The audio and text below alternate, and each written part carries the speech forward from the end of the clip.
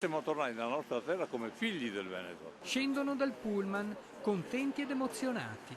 Il Veneto è la loro terra d'origine per questi sardi provenienti da Arborea, una volta chiamata Mussolinia di Sardegna, la prima città di fondazione creata dal fascismo. Mentre i lavori di bonifica Mussolinia di Sardegna sono ormai prossimi al loro compimento, che avverrà nel 1937, le campagne già bonificate aumentano ogni anno la loro produttività. Dalle nostre terre i loro genitori, quasi tutti contadini, sono partiti per bonificare e colonizzare un'area di quasi 20.000 ettari nella provincia di Oristano. Un tempo desolata dalla palude e dalla malaria. Un lavoro immenso in un territorio che nel 28 era in gran parte occupato da stagni ed acquitrini. Accendi una candela, Trevisano nel mondo.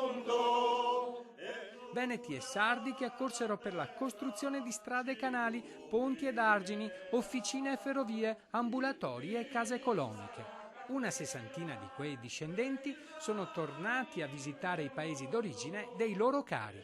I miei genitori, gli nati a Gorgo al Monticano, quando mia mamma è arrivata in Sardegna si è messo a piangere perché il Veneto era verde e rigoglioso, la Sardegna era arida e secca.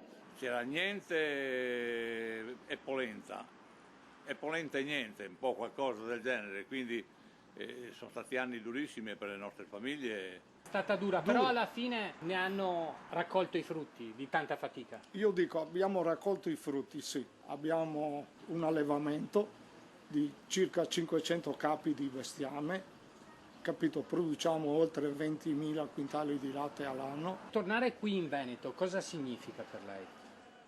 Significa una cosa straordinaria.